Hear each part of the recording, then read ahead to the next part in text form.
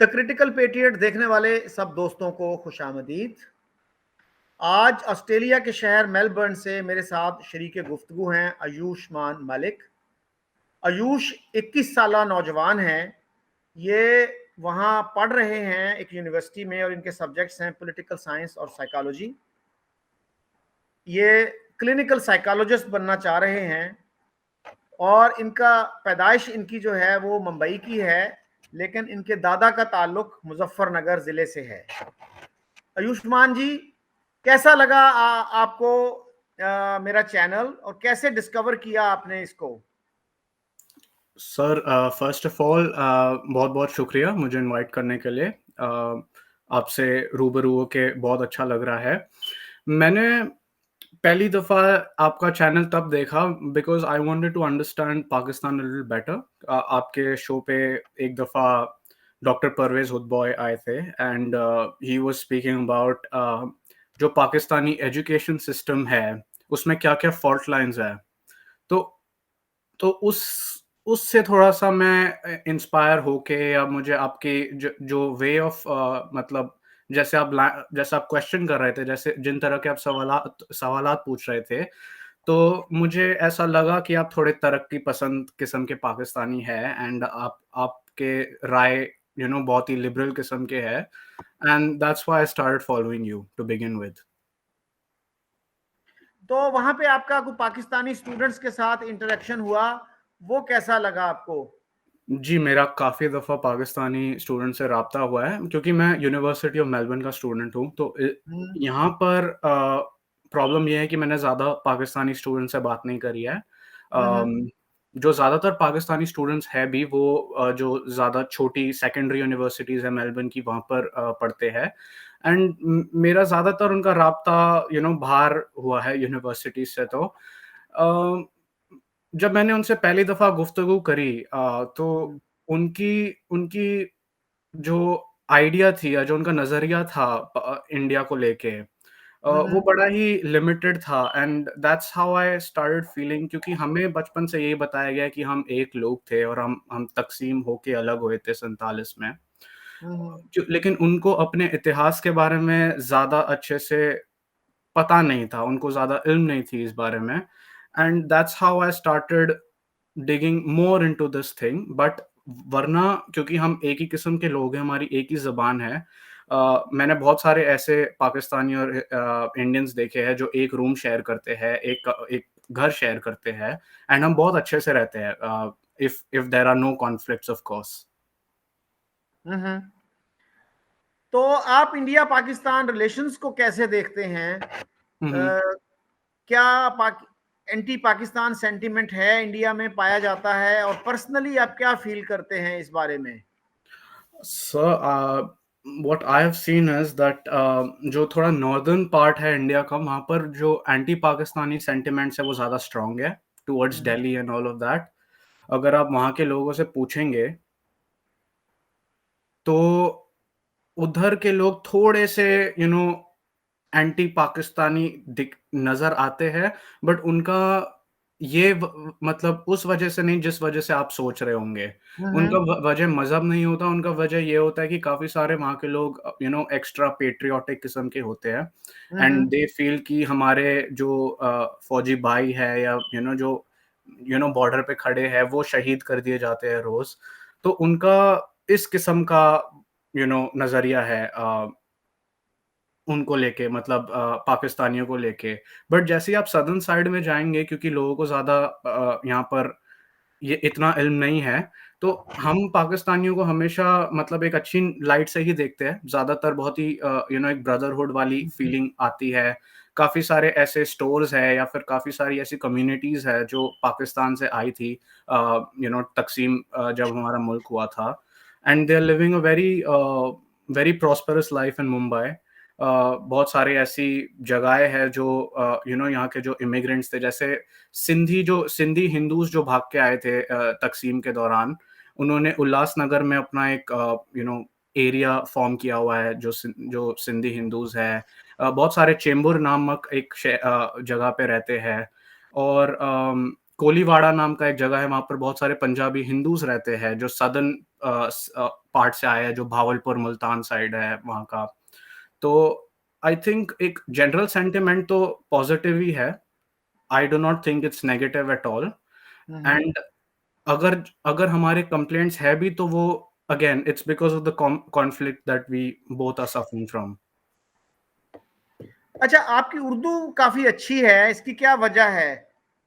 जी, actually जिस गांव से मेरा ताल्लुक है वो देवबंद के बहुत ही करीब आता है, और हम्म। देवबंद के आसपास के जो सारे गांव थे, इनफैक्ट जो पूरा यूपी था, यूपी जो स्टेट था, वो उर्दू उसका एक उर्दू का इन्फ्लुएंस उसमें मतलब बहुत ज़्यादा था। हमारे जो दादाजी थे, बहुत सारे बच्चों का नाम इकबाल तक रख दिया करते थे, कि इकबाल का मतलब स्टार या कुछ ऐसा। आई am not really sure if that's the meaning, hmm. But you know Urdu नाम भी रख दिया करते थे, क्योंकि हमें ऐसा फ़र्क नज़र नहीं आता था। और देवनागरी स्क्रिप्ट का एवोल्यूशन ही आफ्टर पार्टीशन हुआ काफ़ी जगहों पे। हम्म। मतलब जो अ, तालीमी तंज़ीमें हैं, देवनागरी स्क्रिप्ट को उन्होंने अपनाना ही 1947 के बाद स्टार्ट किया। Even hmm. Across the border जो पंजाब है, क्योंकि पंजाब हमसे ज़्यादा दूर नहीं है, पंजाब, अम्बाला ये साइड भी, ये सारे उर्दू स्क्रिप्ट को ही यूज़ करते थे, नस्तालिक स्क्रिप्ट ही यूज़ होती थी। मेरे ग्रेट ग्रैंडफ़ादर उर्दू उर्दू में ही पढ़े थे। मेरे दादाजी के टाइम तक, क्योंकि he started schooling in 60s, उस टाइम तक हिंदी का एक अच्छा खासा दबदबा बन चुका था। तो हम्म। इस वजह से भी मेरी उर्दू अच्छी है, एंड मैं सादत हसन मंटो की उनके अफ़साने काफ़ी फ़ॉलो करता हूँ। तो उनसे भी काफ़ी सारे अल्फ़ाज़ हैं जो मैं अडॉप्ट कर लेता हूँ अपनी वोकैब्युलरी में।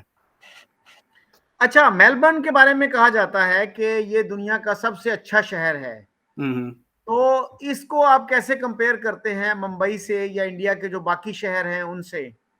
आई थिंक बिकॉज़ मुंबई में एक एक्सट्रीम अर्बनाइज़ेशन हुई थी after after 60s and the 70s, और Mumbai became like the most preferred city to live in for all Indians. उसे सपनों का शहर भी कहा जाता था काफ़ी दफ़ा। तो और फिर अगर मैं आपको एक थोड़ा-सा एक मैं टॉपिक से थोड़ा हट रहा हूँ, बट अगर आप मुझे इजाज़त दें। जी, जी, प्लीज़। जी, तो कलकत्ता में पहले बॉलीवुड हुआ करता था, जो बेसिकली इंडियन फ़िल्म इंडस्ट्री थी एज़ अ होल, वो कलकत्ता से शुरू हुई थी। हुँ, जिसकी वजह से कलकत्ता उस ज़माने का सबसे commercial, the financial capital of India, और काफ़ी इवॉल्व्ड अर्बन सिटी था। बॉम्बे तो लेट मतलब अर्ली 1900 से थोड़ा-सा पकड़ने लगा, एंड 40 मतलब 60s के बाद से एकदम एक्सट्रीम अर्बनाइज़ेशन हुई। काफ़ी सारे अनप्लैन्ड मतलब प्रोजेक्ट स्टार्ट हुए, क्योंकि अगर आप मुंबई का एक एक झलक देखेंगे, तो वहाँ पर ज़्यादातर स्काईस्क्रेपर्स है या तो झोपड़ियाँ है, जिन्हें स्लम कहा जाता है इंग्लिश में। और सबसे बड़ा जो स्लम है इंडिया का, हुँ, हुँ। वो क्या प्रोनंसिएशन उसका, धारवी है कि धरावी धारावी, है? हाँ, धारावी, धारावी। धारावी। जी। हाँ। तो धारावी भी, जी, ये एक रियलिटी है मुंबई के बारे में, क्योंकि मुंबई इतनी सारी मास माइग्रेशन वहाँ पर हुई थी, क्योंकि लोग अपने-अपने कारोबार को छोड़ के अपने गाँव वगैरह से सब आके रहने लग गए थे। So it is a very multicultural sort of a society. तो उधर जब वो आए, तो प्रॉपर्टी के रेट एकदम से शूट करने लग गए थे। मुंबई को अगर आप देखोगे, तो जो ब्रिटिश ने बनाया था, सिर्फ़ उसे ही बॉम्बे सिटी कहा जाता है। हुँ, बाकी हुँ, जो एरियाज़ है, उसे बॉम्बे सबअर्बन का वो नाम दिया गया है, जहाँ पर बहुत सारे बिल्डिंग्स बने तो हैं, लेकिन उनकी प्लानिंग बहुत ही बुरी हुई है, जिसकी वजह से ज़्यादा लोग अकोमोडेट नहीं हो पाते। हुँ, हुँ, इसीलिए ये जो सारे स्लम एरियाज़ हैं, इनका कायम होना इनेविटेबल था, अनफॉर्च्यूनेटली। हुँ, हुँ। तो क्या कोशिश नहीं की गवर्नमेंट ने कि इनको बेहतर किया जाए या इन लोगों को कोई मुतबादल जगह दी जाए? हुँ, हुँ। इट इज़ अनफॉर्च्यूनेटली देखो, इट अगर इज़ मैं जी, हाँ, इट जी। Is bad for India's image, isn't it? It is definitely bad for India's image, but मैं ये तो नहीं कह सकता कि धारावी को पूरी तरह से एक मतलब निकाल दिया जाए, या हुँ, मतलब हुँ, उसको तोड़ दिया जाए वहाँ के घरों को। बट बेसिकली एक बेटर, थोड़ा-सा उनको एक बेटर फैसिलिटीज़ प्रोवाइड करी जा सकती है। And by the way, fun fact about Dharavi is कि धारावी बहुत large amount of chunk of revenue Maharashtra की तरफ देता है, इकोनॉमी की तरफ। वहाँ पर इतने हम्म, सारे चमड़ों के बिज़नेसेस हैं, वो बेल्ट बनाने वाले एंड और भी बहुत स्मॉल सेक्टर बिज़नेसेस हैं, जो कि महाराष्ट्र के लिए बहुत ज़्यादा रेवेन्यू लाते हैं। And hmm, Maharashtra as a state, Maharashtra एक सूबे की तरह अगर उनको देखें, तो पाकिस्तान से जब हम कंपेयर करते हैं, तो उनका जीडीपी ज़्यादा है, जो महाराष्ट्र उनका वो रेवेन्यू ज़्यादा बनाते हैं पाकिस्तान से हर साल, हम्म, एंड वहाँ की पॉपुलेशन कम है, वहाँ का जो लैंड साइज़ है, वो कम है। तो आप ये भी नहीं कह सकते कि बिकॉज़ महाराष्ट्र इतना बड़ा है, पाकिस्तान से भी बड़ा है, बट पाकिस्तान से बड़ा नहीं है, दैट इज़ फैक्चुअली रॉन्ग। तो हम्म, बट धारावी बहुत बहुत बून भी है, बेन भी है एंड देन एक बहुत ही सेपरेट एरिया में है। अगर आप वैसे शहर में घूमेंगे तो I think Mumbai has a very distinct charm. उसका एक हम्म, अलग ही चार्म है उस शहर का। और मुझे मैं उस शहर को किसी चीज़ के लिए भी एक्सचेंज नहीं करूँगा। ये हम्म, सादत हसन मंटो के अफ़सानों में भी काफ़ी दफ़ा ज़िक्र हुआ है बॉम्बे शहर का कि वो किस किस्म का शहर हुआ करता था। जब वो लाहौर गए थे तक़सीम होने के बाद 49 में, तो वो काफ़ी दफ़ा बॉम्बे को मिस करते थे एंड बॉम्बे आज भी एक बहुत अच्छा शहर है मेरे हिसाब से तो। वैसे तो तमिलनाडु का जीडीपी भी पाकिस्तान से बड़ा ज्यादा है। हुँ, हुँ। I am not really sure about that but हो भी सकता है सर, क्योंकि सेकंड नंबर पे वही आते हैं इंडिया में, तमिलनाडु ही आता है। तमिलनाडु में बहुत सारे मैन्युफैक्चरिंग हब्स है। वहाँ पर कोरियन लोग आते हैं ह्यूंडई की फैक्ट्री में काम वगैरह करने, जो ऑटोमोबाइल हब है इंडिया का। तो I it can be a possibility, however I am not really sure about the fact. अच्छा, मेरे मेरे जो है चैनल पे हुँ, हुँ। जो पाकिस्तानी या इंडियंस आते रहे हैं, जी। उनके बारे में आप क्या कहेंगे? जी, बहुत सारे ऐसे भी हैं जिनसे मैं खुद सीखता हूँ। बहुत सारा ऐसा कंटेंट रहता है जो उनके उनके माध्यम से मुझे पता चलता है।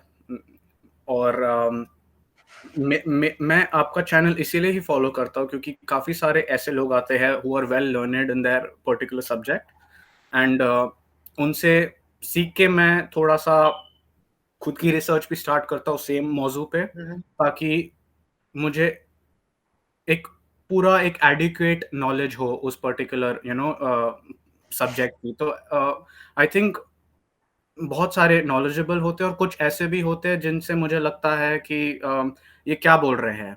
हम्म, ऐसे काफ़ी लोग हैं जिनका मैं नाम लेना पसंद तो नहीं करूँगा। हम्म, लेकिन उनकी बातें बातें सुन के ऐसा लगता है कि उनको उनका जो पूरा नॉलेज है basically it's all westernized, you know hmm, ideology of India, specially जो पाकिस्तानीज़ आते हैं, उनका हम्म, पूरा आइडिया ऑफ हिंदुत्व या फिर हिंदुस्तान या फिर इंडिया, इट्स वेरी वेस्टर्नाइज़्ड डेफिनिशन, जो हम्म, ब्रिटिशर्स हमारे यहाँ छोड़ के गए थे। ओके। हुँ, हुँ। अच्छा, आपके इल्म में है कि पाकिस्तान में एक बहुत कंप्लेंट है हुँ, कि हुँ। इंडिया में माइनॉरिटीज को अच्छी तरह ट्रीट नहीं किया जा रहा राइट। या नहीं किया जाता। हुँ, हुँ। तो आप इस क्रिटिसिज्म को कैसे देखते हैं? आई थिंक इट्स बिज़ार बिकॉज़ मैं इस क्रिटिसिज़्म को बिल्कुल भी मतलब मैं इसे बिल्कुल एक्सेप्ट नहीं करता क्योंकि अक़लियतों के हकूक़ जो है, हिंदुस्तान में बहुत पहले से ही मिले जाते हैं। अगर हम्म, आप कंपैरेटिवली देखें, हमारे यहाँ 3 सदर रह चुके हैं मुसलमान, हमारे क्रिकेट टीम के कैप्टन रह चुके हैं इफ्तिकार अली पटौदी, मंसूर अली पटौदी, मोहम्मद अज़हरुद्दीन, इतने सारे दिग्गज खिलाड़ी रहे हैं और भी स्पोर्ट्स वग़ैरह पे। ठीक है, चलो ये बात आ जाती है कि ये शायद से बड़े लोग होंगे, आम शहरी कैसे रहते होंगे? तो अगर आपको आम शहरियों के बारे में जानना है, तो आप कभी मुंबई में जो मिनारा मस्जिद है, उसके आस-पास देख लीजिए ईद के वक़्त। सारे जो हिंदू हिंदू भी है, वो भी टोपी लगा के घूम रहे होते हैं। यू नो तो ऐसा तो मुझे लगता ही नहीं है कि उनको हुकूक नहीं मिल रहे हैं। नमाज़ अभी भी लाउड स्पीकर पे पढ़ी जाती है, even though there has been a lot of criticism. और हुकूक की अगर बात है, तो एक एक ऐसा मिनिस्टर है हैदराबाद में, अ, अस अ, ओवैसी के छोटे भाई हैं, उनका नाम है अकबरुद्दीन ओवैसी। जी, उन्होंने अकबर। साफ-साफ एक बार ये धमकी दी थी कि 30 करोड़ मुसलमान हैं, 100 करोड़ हिंदू है, 5 मिनट के लिए पुलिस को हटा दो, फिर देखते हैं कि ये हिंदुओं का क्या हशर होगा। तो ये मुझे तो नहीं लगता ये एक ऑप्रेस्ड माइनॉरिटी का डेफिनिशन है किसी भी लिहाज से। हुँ, हुँ। जी। हाँ, मेरा ख़्याल है उन्होंने कुछ ऐसी बात की थी कि हम 25 करोड़ हैं, तुम 100 करोड़ हो, 15 मिनट के लिए पुलिस को हटा लो, फिर देखना क्या होता है। जी, ये हाँ। आपको लगता है कि ऐसी हुँ, अक़लियतें जो ऐसी ऐसी बयानबाज़ी करे, वो हुँ, अ, वो मतलब वो मतलब ऑप्रेस्ड हो सकते हैं, उनको हुकूक नहीं मिल रहे मतलब I I don't really understand that हुँ, क्रिटिसिज़्म एंड जो बाकी अक़लियतें हैं, जैसे कि पारसी है या फिर उनसे भी छोटी जो यहूदी है, जो बॉम्बे में बहुत कम तादाद में बचे हुए हैं या केरला में वो बचे हुए हैं आई थिंक 100-200 की तादाद में केरला में बचे हुए हैं। कलकत्ता में भी है कुछ, उन्होंने तो कभी कंप्लेंट किया नहीं है। उन्होंने अपनी कभी शिकायत ज़ाहिर नहीं की है कि हिंदू हमें खा रहे हैं, हिंदू हमें मार रहे हैं। बिकॉज़ हिंदुस्तानी सिविलाइज़ेशन अगर आप देखें, हमने हर एक मज़हब के इंसान को यहाँ पर पनाह दी है। हमारे यहाँ क्रिश्चियनिटी बहुत सारे मग़रिबी मुल्कों से पहले शुरू हुई थी, क्योंकि अपोस्टल ऑफ थॉमस जीसस के जस्ट कुछ ही मतलब उनके पैदा होने के जस्ट कुछ ही सालों बाद केरल में उन्होंने पनाह ली थी और उन्होंने सीरियन ऑर्थोडॉक्स चर्च कायम किया था केरल में, जो करबला के बैटल से मरे-गिरे शिया मुस्लिम्स थे, उन्होंने नॉर्थ वेस्टर्न इंडिया में पनाह ली थी, स्पेशली सिंध में। यहूदी जब रोमन टायरेंट्स जो थे, जिन्होंने इज़राइल पे कब्ज़ा कर लिया था, ठीक है? तो वो उन्होंने आके हम हमारे यहाँ पनाह ली है। जो पारसी है, जिनको हम ज़ोरोएस्ट्रियन पीपल कहते हैं, they came to Gujarat to seek refugee under the king at that time. तो मुझे नहीं लगता कि ऐसी सिविलाइज़ेशन किसी की हुकूकों को छीनने की ताकत रखती है, या हमारी तरबियत इस किस्म की है। अच्छा, बाकी मुल्कों में आप कैसे देखते हैं मुसलमानों के साथ जो सलूक होता है? जी, बर्मा में और चाइना में ख़ास तौर पे जी। क्या सूरत-ए-हाल है? जी, उनके खिलाफ तो आवाज़ उठती नहीं है ज़्यादा, मतलब मैंने ये देखा है पाकिस्तानियों की मुझे ये कंप्लेंट ज़रूर है कि ज़्यादातर उनकी जो कंप्लेंट्स होती है वो या तो फ़लस्तीन के मुसलमानों के लिए या तो हिंदुस्तान के मुसलमानों के लिए ज़्यादा डायरेक्टेड होती है। Because I think they have a religious clash with the Hindus कि हम तो बुतों की इबादत करने वाले कुछ लोग हैं। हम बैकवर्ड्स एक सिविलाइज़ेशन से आते हैं। इस्लाम जब तक अगर आता नहीं तो हमें सिविल लिबर्टीज़ नहीं मिलती जैसे वो कहते हैं। तो उनका तो एक डायरेक्ट क्लैश है इंटेलेक्चुअल, रिलिजियस हमारे साथ, जिसकी वजह से वो ज़्यादा इसके बारे में आवाज़ उठाते हैं।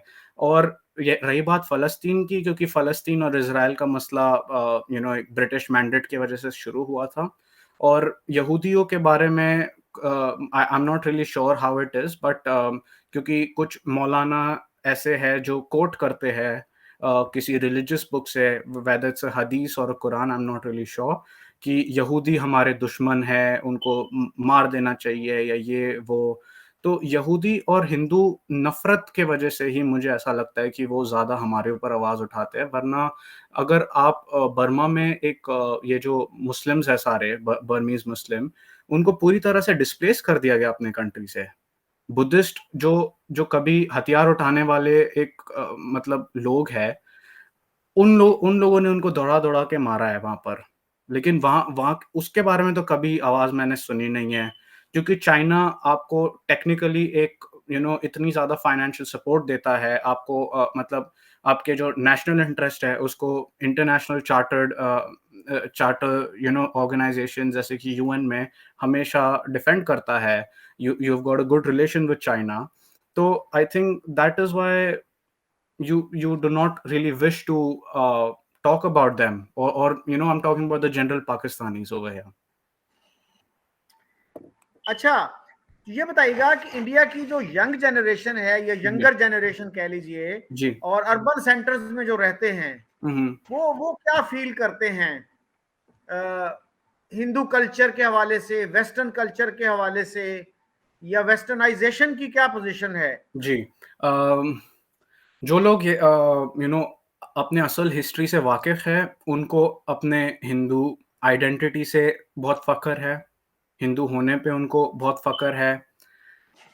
लेकिन ऐसे काफ़ी सारे लोग हैं जो मग़रिबी ममालिकों से काफ़ी ज़्यादा जिनका उन मतलब उनका काफ़ी असर है, because of the pop culture hmm. हमारे यहाँ के, जिसकी जी। वजह से यू नो वो अपने आप को हिंदू बताने से उनको शर्म आती है, क्योंकि उनको ऐसा लगता है कि हम एक बैकवर्ड कल्चर से आते हैं। हमारी सिविलाइज़ेशन हमेशा से बैकवर्ड है, हम अपने औरतों को जलाने वाली सिविलाइज़ेशन है, जो कि एक जो कि एक बहुत ही हमारे ऊपर एक प्लांटेड झूठ है जो हम पे थोपा गया है, हम 47 से, कि हम ऐसे हैं, और हमारी टेक्स्ट बुक्स भी हिंदू लोगों के बारे में काफ़ी गलत राय रखती है, क्योंकि ऐसा काफ़ी मर्तबा हिस्ट्री टेक्स्ट बुक्स में लिखा गया है कि जो हिंदी ज़बान है, बेसिकली हिंदी ज़बान है क्या? हिंदी ज़बान एक थोड़ी-सी रिफाइंड वर्ज़न है, उसमें कुछ बेसिकली हिंदी-उर्दू का डिबेट ही यहीं से शुरू होता है कि उसे हिंदवी क्या कहा जाता था स्टार्टिंग में। ये दिल्ली और ये सब एरियाज़ में बोली जाती थी। यहाँ की जो लोकल डायलेक्ट्स थी, जैसे कि ब्रज, अवधी, खड़ी बोली, इनमें फ़ारसी का एलिमेंट ऐड करके उर्दू आया, और उसी को ही हिंदवी या फिर बाद में जाके हिंदुस्तानी या फिर हिंदी-उर्दू का स्प्लिट हुआ, ऐसे। तो एनसीईआरटी में ये लिखा गया है कि हिंदी को रिफाइन करने वाले ही मुगल्स थे, क्योंकि उन्होंने उसमें फ़ारसी के अल्फ़ाज़ डाल दिए।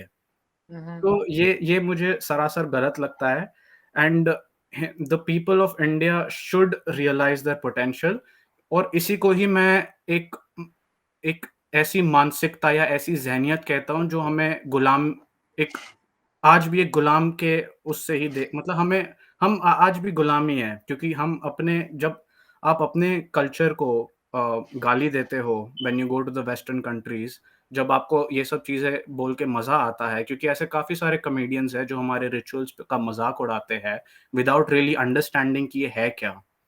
तो इसी इसी ज़हनियत को मैं गुलामी वाली ज़हनियत कहता हूँ। तो आज भी हम आज़ाद नहीं हैं काफ़ी चीज़ों में। आपने आपने बात की एनसीईआरटी की, जी।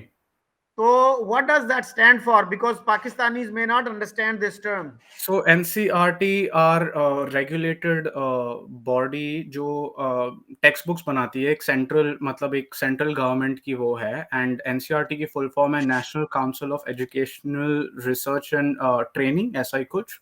तो बेसिकली वो हमारे सारे टेक्स्ट बुक्स डिज़ाइन करते हैं, इकोनॉमिक्स की हर एक क्योंकि ज़्यादातर जो मेन 3 मीडियम्स है सीबीएसई जो ऑफ़र करती है, या सीबीएसई के वेबसाइट पे भी जब आप जाके देखेंगे, हिंदी, उर्दू, इंग्लिश मीडियम, क्योंकि सेंट्रल गवर्नमेंट वैसे ही प्रोपेगेट करता है। तो वो सारी टेक्स्ट बुक्स बनाती है 5th से लेके 12th स्टैंडर्ड तक, आई थिंक, बट हाँ, ऐसा ही है। और उनमें क wide variety of subjects cover होते हैं, एंड एनसीईआरटी की टेक्स्ट बुक्स हर एक सब्जेक्ट, चाहे आप ऐसा सब्जेक्ट उठा लीजिए जिसका सियासत से कोई लेना-देना होना नहीं चाहिए, जैसे कि मैथ्स या फिज़िक्स, उसमें भी ऐसी-ऐसी कुछ कुछ चीज़ें लिखी है जो नाक़ाबिले बर्दाश्त है। मसलन क्या?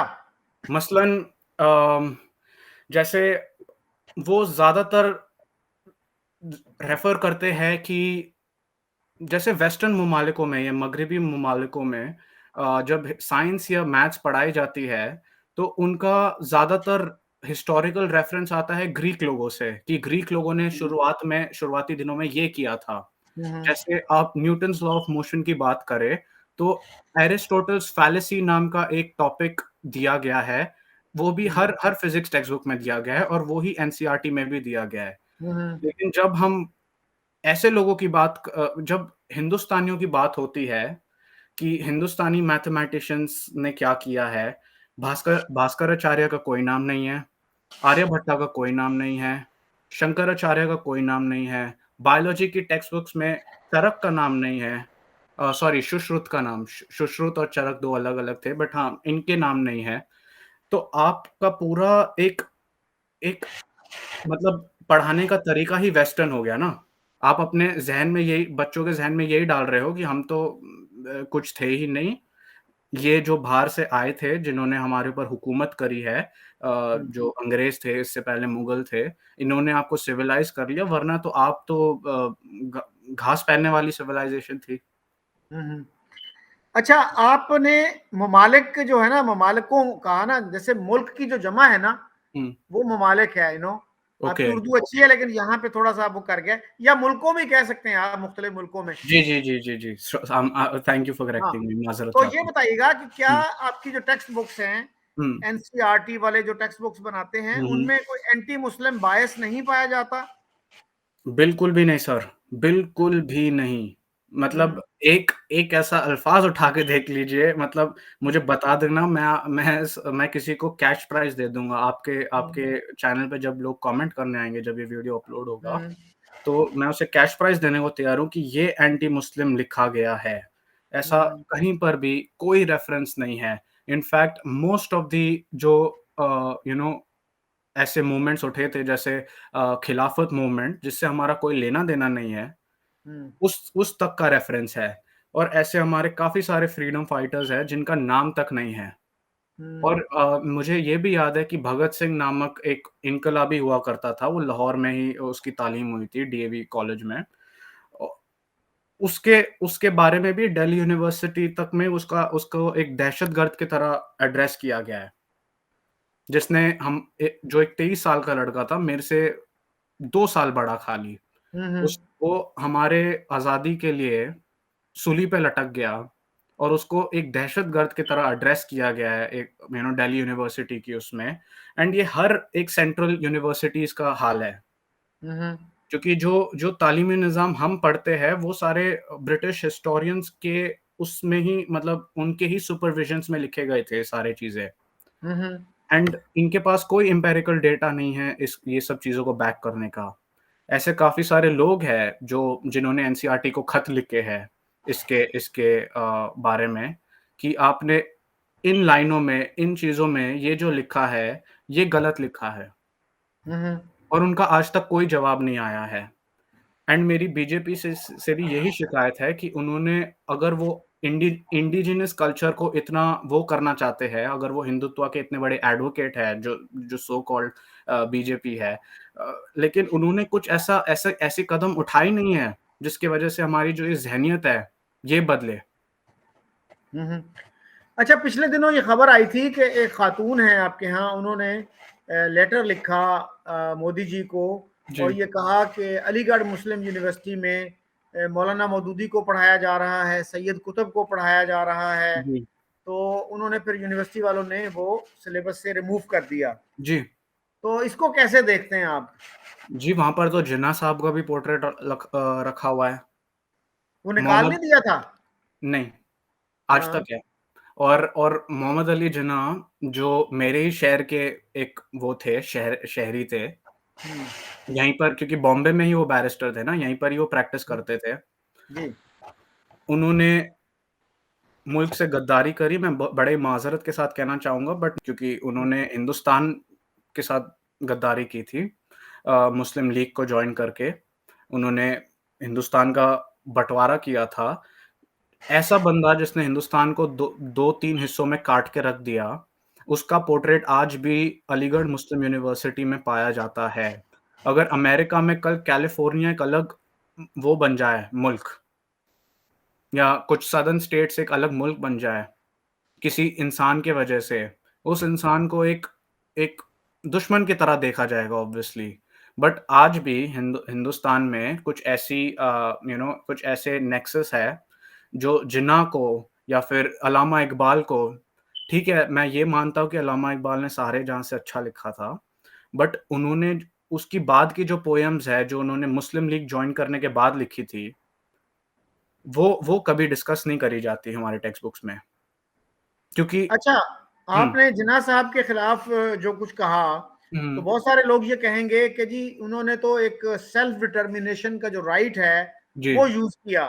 हुँ, तो how do you respond to that argument? Sir लेकिन दो कौमी नज़रिया का जो मतलब पूरा क्रक्स है, वो यही है कि ये 2 अलग कौमें हैं। हम हिंदुओं पे मतलब जो ये जो सारे हिंदू हैं, इन पे हुकूमत करते थे। अब जब ये अक्सरियत में होंगे, तो हम हमारे ऊपर ज़ुल्म किया जाएगा या हमें एक एक सो कॉल्ड ज़िम्मी की तरह रखा जाएगा, ठीक है? इसका ये क्रक्स था। हम्म। लेकिन ये उन लोगों का प्रॉब्लम हो सकता है जो अपने हिस्ट्री से या अपने इतिहास से वाकिफ़ नहीं हैं। मैंने जैसे आपको पहले भी बताया इंडिया वो सिविलाइज़ेशन है जिसने हर एक मज़हब के लोगों को पनाह दी है हमारे लैंड पे as long as they live peacefully and amongst us Indian बन के। और स राइट टू सेल्फ डिटर्मिनेशन ठीक है, लेकिन आप क्या इत मतलब आप क्या माज़ी से मतलब वो कर सकते हैं मतलब माज़ी के खिलाफ जा सकते हैं? वो जो एक हिस्टोरिकल कॉन्टेक्स्ट है लाहौर का या फिर कसूर का। लाहौर राम के बेटे लव के ऊपर एक शहर बनाया गया था और कसूर भी राम के बेटे जो उसका नाम था कुश, उसके नाम पे बनाया गया था, जब उन लोग ने रेफ्यूजी ली थी। इस्लामाबाद में राम कुंड है और ये जो सारी हम इतनी सारी इतिहास है। चकवाल डिस्ट्रिक्ट में कतास राज है, जहाँ पर पांडवों ने पनाह ली थी महाभारत के टाइम पे। ये एक पूरा तक्षशिला तक्षशिला सबसे सबसे इम्पोर्टेंट, ठीक है? हम्म। उसके खिलाफ जाके एक सेल्फ ग्लोरिफिकेशन के वजह से क्योंकि उन्हों एक एक सेल्फिश मोटिव क्योंकि इसे आप एक सेल्फिश मोटिव ही कह सकते हैं कि क्योंकि आप एक पूरी सिविलाइज़ेशन को डिस्ट्रॉय करने के उस पे हो, आप एक सिविलाइज़ेशन को डिस्ट्रॉय करना चाहते हो, तो obviously I wouldn't rate that man highly. उनका घर आज भी बॉम्बे में है, मलाबार हिल में, लोग देखते हैं वगैरह एक बाहर से लेकिन उनको कोई कुछ कहता नहीं है। मतलब ये मुझे ताज्जुब होती है बात जान के कि आप ऐसे बंदे का पोर्ट्रेट कैसे रख सकते हो अलीगढ़ मुस्लिम यूनिवर्सिटी में जबकि जबकि उन्होंने वहाँ तालीम हासिल भी नहीं की थी। हम्म। किस पैमाने पे आपने उनका पोर्ट्रेट रखा हुआ है? मुझे आज तक इस बात का किसी ने जवाब नहीं दिया है वैलिड। एंड अनदर कॉन्ट्रडिक्शन जो मैं जिन्ना साहब से पिकअप कर सकता हूँ बिकॉज़ मतलब वो एडवोकेट थे 2 कौमी नज़रिए के। तो उन उसके हिसाब से जो हिंदू और मुसलमान थे वो मतलब एक मुल्क की तरह नहीं रह सकते थे उसके हिसाब से। लेकिन उन्होंने बाकायदा 1947 में तक़सीम से कुछ महीने पहले ही माउंटबेटन को एक खत लिखा था, जिसमें उन्होंने साफ लफ्ज़ों में कहा था कि जो पंजाब के या फिर बंगाल के जो हिंदूज़ हैं उनको उनको वहीं रहने दिया जाए और उस उन स्टेट्स को तक़सीम ना किया जाए basically, right? So hmm. If he was willing to live with the minority जो अक़लियत थी उस ज़माने में पंजाब या बंगाल में, उनके साथ रहने को अगर वो तैयार थे, तो उन्होंने इस पूरे कॉज़ को एडवोकेट किया ही क्यों? उसके बाद भी जब ये तक़सीम हो गया, पार्टीशन हो गया, सब माइग्रेट करने लग गए। उन्होंने लाहौर में एक स्पीच दी थी आफ्टर इंडिपेंडेंस जिसमें उन्होंने कहा था कि आप आज से आज़ाद है, आप अपनी इबादत गाहों में जा सकते हैं, जो हिंदू है वो मंदिर जा सकता है, जो अ, मुसलमान है वो तो जाएगा ही मस्जिदों में। तो कराची कराची में थी ये तकरीर। ओह! कराची में, right, I am so hmm. Sorry. तो जी। उन्होंने ऐसी तकरीर दी थी, तो ये मुझे समझ ही नहीं आ रहा कि वो चाहते क्या थे, उनका नज़रिया था क्या? ये मेरी एक और उनसे कंप्लेंट है। और उनके इंतकाल के बाद सॉरी इंतकाल से पहले क्योंकि उन्हें पता था वो बीमार है, उन्होंने नेहरू को भी एक खत लिखा था कि उनको बॉम्बे में दफ़न किया जाए, उनको बॉम्बे आने की इजाज़त दी जाए ताकि वो मलाबार हिल में अपनी बीवी के कब्र के बाजू दफ़न भी हो सके। ये एक और चीज़ है जो मुझे थोड़ी-सी मतलब it's very difficult for me to digest this fact. अच्छा, ये मैंने भी सुना है कि उन्होंने नेहरू को खत लिखा था जी, कि मैं अपनी उम्र के आखिरी दिन जो हैं वो मुंबई में गुजारना चाहता हूँ। उस वक्त मुंबई कहते थे उसको। लेकिन बॉम्बे क्या कोई हिस्टोरिकल एविडेंस है इस चीज की? जी, लेटर्स अवेलेबल है, बिल्कुल है। इसका archival source again Ishtiaq Ahmed की किताब जो उन्होंने जिन्ना साहब के ऊपर लिखी है, हम्म। उसपे भी ये सोर्स अवेलेबल है। अच्छा, तो कांग्रेस ने जब एग्री किया, जी, अगर आप ये कहते हैं कि जिन्ना साहब ने गद्दारी की, जी। तो कांग्रेस के लीडर्स जो थे उन्होंने हुँ। फिर क्यों उसको इंडोर्स किया, उनकी डिमांड को क्यों मान लिया, अगर वो गद्दारी समझते थे उसको? ये भी तो सर क्वेश्चन पैदा होता है ना। जी, तो मैं कांग्रेस के बारे में बहुत ही कंट्रोवर्शियल कुछ बातें करना चाहूँगा, ठीक है? हम्म, एंड इसके इसके ये सब चीज़ें जो मैं कह रहा हूँ, इनके सब के एम्पिरिकल डेटा है, रिकॉर्ड्स है, और उसके पैमाने पे ही मैं ये सब बातें करने वाला हूँ। हम्म, लोगों को थोड़ी-सी शिकायतें होंगी इससे, but and I am very sorry अगर आपको बुरा लगे ये सब चीज़ें सुन के, लेकिन मुझे ये बातें करनी चाहिए क्योंकि ये सच है। तो अ, मैंने आपसे एक दफ़ा ये बात की थी हमारे कन्वर्सेशन से पहले कि हम अभी भी आज़ाद नहीं हैं, राइट? तो वो मैंने किस लिहाज से कही थी? तो कांग्रेस खुद एक एक यू नो ब्रिटिश स्टूज वाली पार्टीज़ थी। वो सारे इवेंजेलिकल कल्चर से प्रभावित होके या फिर उनसे इंस्पिरेशन लेके सारे इंग्लिश यू नो सारे सारे मतलब इंग्लैंड से पढ़े हुए बैरिस्टर्स थे, और उनका एजेंडा ये नहीं था, मतलब एलन ह्यूम ने स्टार्ट की थी कांग्रेस, जो कि एक अंग्रेज था। उसका मौकफ ये था कि जो ये आईसीएस है, जो इंडियन सिविल सर्विसेज है, उनमें इंडियंस को एक इक्वल राइट मिले नौकरी लेने का, जो इंडियन काबिल है, ठीक है, जो जो थोड़ा क्वालिफाइड है, जो बाहर से पढ़ के आया है, he should be given a seat to serve as a civil servant for the British India, for the crown, right? Hmm, तो ये जो सारे लोग थे कांग्रेस के, ये अपने आप को बड़ा ही अहिंसा के एडवोकेट कहते थे और अपने आप को सच का एडवोकेट कहते थे। कांग्रेस ने खुद इतने सारे मतलब इतने सारे उन्होंने इतनी सारी बातें की है जो खुद उनके आइडियोलॉजी से कॉन्ट्राडिक्ट करती है, जो जो मैं मतलब लिस्ट करने जाऊँ तो कैसे वो करूँ? हम्म, मतलब फर्स्ट ऑफ ऑल मेरा पहली शिकायत उनसे ये है कि उन्होंने जो बाकी रेवोल्यूशनरीज़ थे 1920s में, जैसे भगत सिंह था या राम प्रसाद बिस्मिल था या फिर चंद्रशेखर आज़ाद था, उनको बचाने के लिए उन्होंने कुछ नहीं किया। अगर एक हाइपोथेटिकल सिनेरियो ले लें जहाँ पर हम दोनों एक गुलाम हैं किसी मुल्क के, हम लोग नाज़ी फ्रांस में रह रहे हैं। नाज़ी ने टेक ओवर कर लिया है फ्रांस को, और हम दोनों फ्रेंच सिटिज़न्स हैं। आपकी आइडियोलॉजी ये है कि आप बंदूकों से इनकलाब करना चाहते हैं। मेरी आइडियोलॉजी ये है कि हम अमन शांति से ये सारा मामला खत्म कर देना चाहते हैं। तो क्या आप मेरे आप मेरे वे के अगेंस्ट जाएँगे? हम्म, क्योंकि हमारा जो मेन एम है वो तो एक ही है। But will you try to remove me as an obstacle? Like this is what I am trying to tell you over here, क्योंकि हम्म, कांग्रेस ने कोई किसी और तरह का जो इनकलाब चला, जो उनके उनसे मुख्तलिफ था, जो उनके ज़हनियत से मुख्तलिफ था, उनके नज़रिए से मुख्तलिफ था, उनको उसको रास्ते से हटा दिया। सुभाष चंद्र बोस को क्योंकि Subhash Chandra Bose wanted armed struggle, he Gandhi ji kicked him out of the presidency of the Congress party. Veer Savarkar, जिसने पोर्ट ब्लेयर की जेल में, जो अंडमान निकोबार जो यहाँ का एक सूबा है, एक आइलैंड सूबा है बेसिकली, वहाँ से वहाँ पर उसको इतना टॉर्चर किया गया एज़ अ पॉलिटिकल प्रिज़नर, राइट? तो हम्म, उस जैसे इंसान को भी उन्होंने बेसिकली कहीं का नहीं छोड़ा।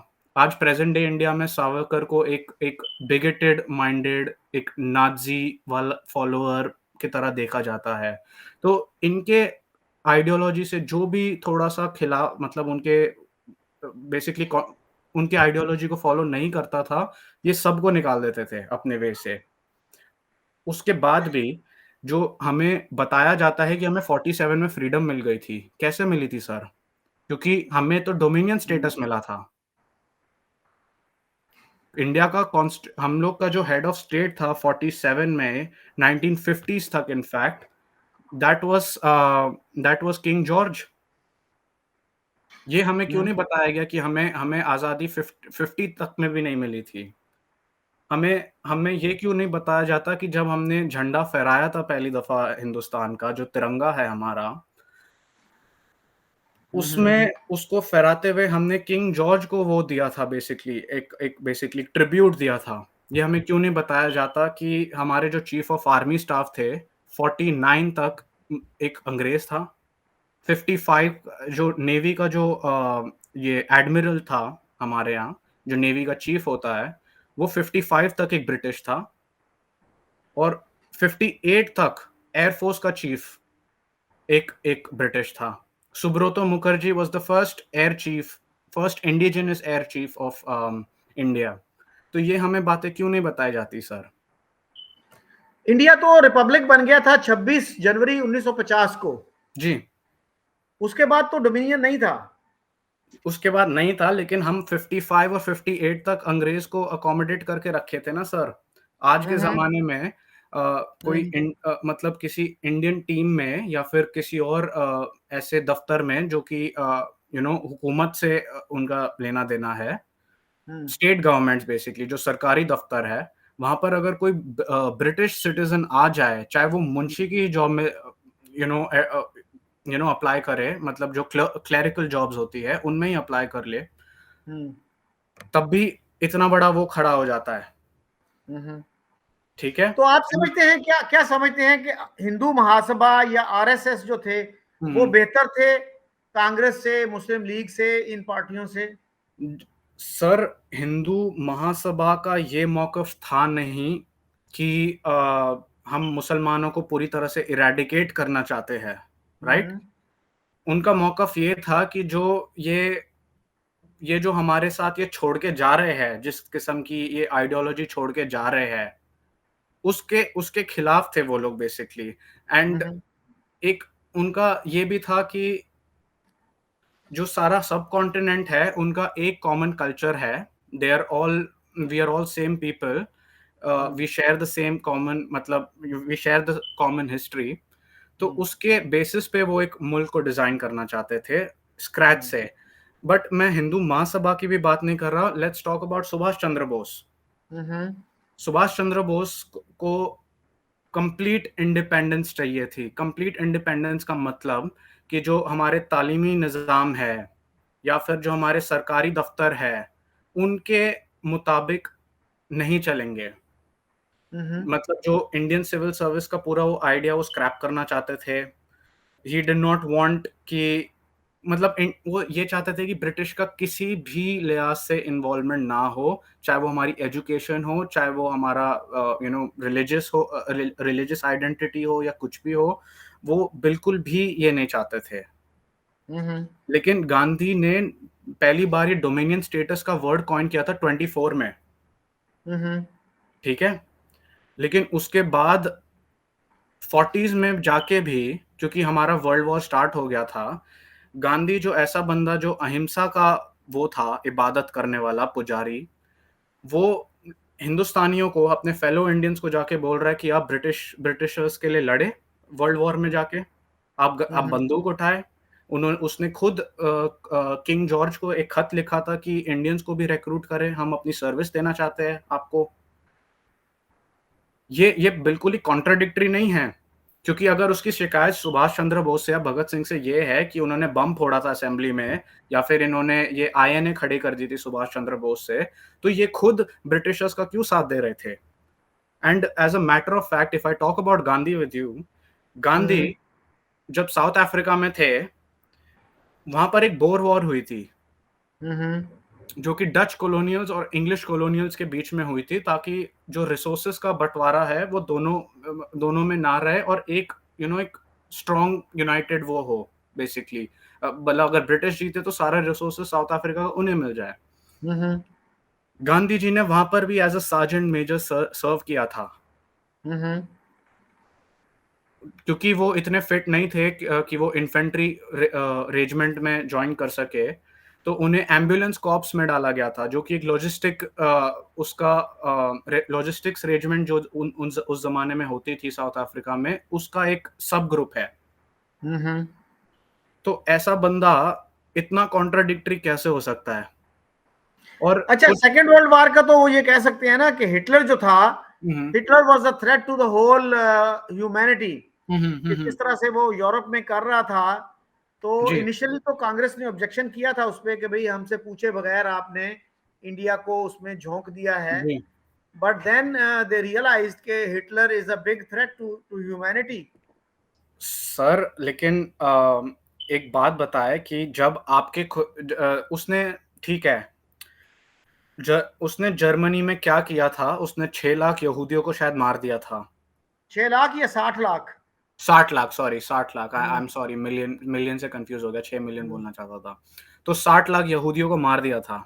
हम्म, उससे डबल या फिर ट्रिपल नंबर इंडिया में पाया जाता था। क्योंकि हम्म।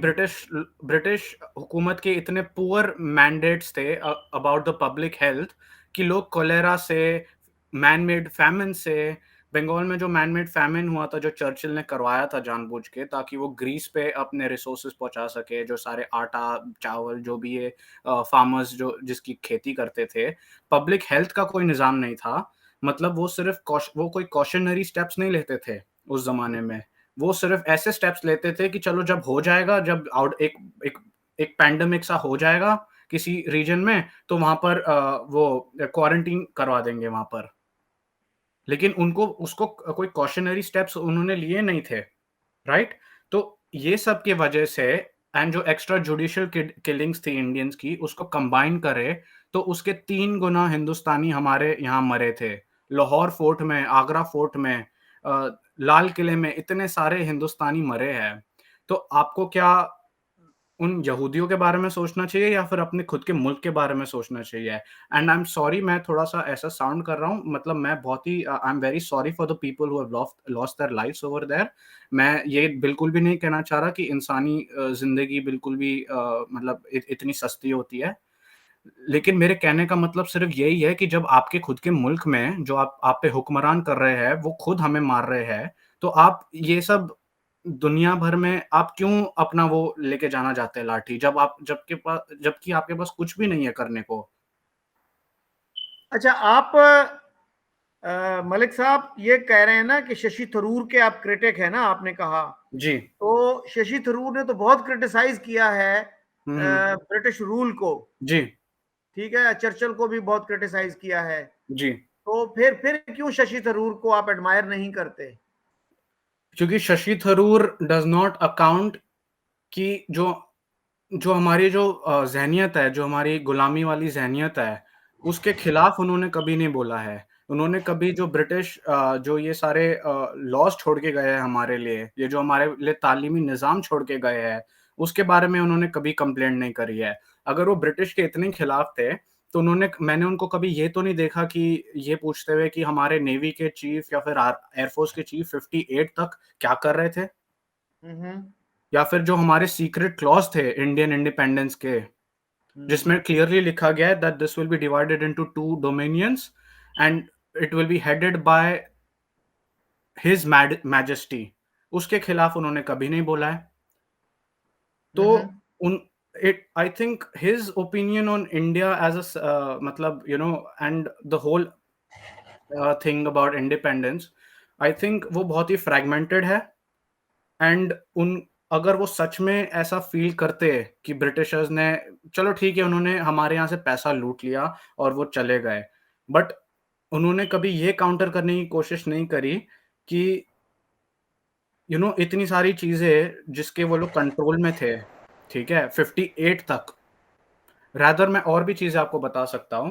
हम्म, जो हमारा आईबी का हेड हुआ करता था, हम्म, वो 1960s तक एक ऑफ़िस सेटअप हुआ था। सिक्योरिटी लेयर करके कुछ ऑफ़िस था। आई एम नॉट रियली श्योर वो क्या था, बट वो ब्रिटिश हम्म, सीक्रेट सर्विस ने वहाँ सेटअप किया था दिल्ली में। हम्म, हमारा आईबी का हेड उन्हें जाके रिपोर्ट करता था। हम्म, ये एक डिक्लासिफाइड रिकॉर्ड के माध्यम से हमें पता चला है। 2015 में इन्होंने एक जो जो ब्रिटिशर्स थे, इन्होंने एक पेपर डिक्लासिफाई किया था, एक आर्काइवल सोर्स, जिसमें ये साफ-साफ लिखा गया था कि India was reporting the intelligence bureau was reporting to us till 1960s। इसके हम्म, खिलाफ उन्होंने कभी आवाज़ नहीं उठाई है। एंड वो हम्म, टोटली एक जो मतलब एक दूसरी तरह की आइडियोलॉजीज़ है, जो इंडिया में रह चुकी है, जिसके बारे में बिल्कुल ही गलत पढ़ाया जाता है बच्चों को, उन उसके खिलाफ उन्होंने कभी सवाल नहीं उठाया। तो ये मेरी उनसे शिकायत है। ओके।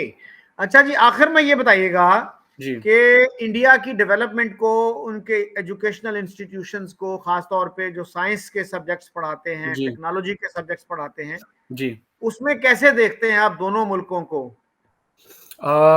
देखिए मैं मतलब ये बात तो बड़ा आपने थोड़ा पेचीदा सवाल पूछा है क्योंकि आ, पाकिस्तान के जो इंस्टीट्यूट्स है आपको पता है कि उनकी उनकी मतलब जो कंडीशन है वो आपको आई थिंक मेरे से बेहतर पता है।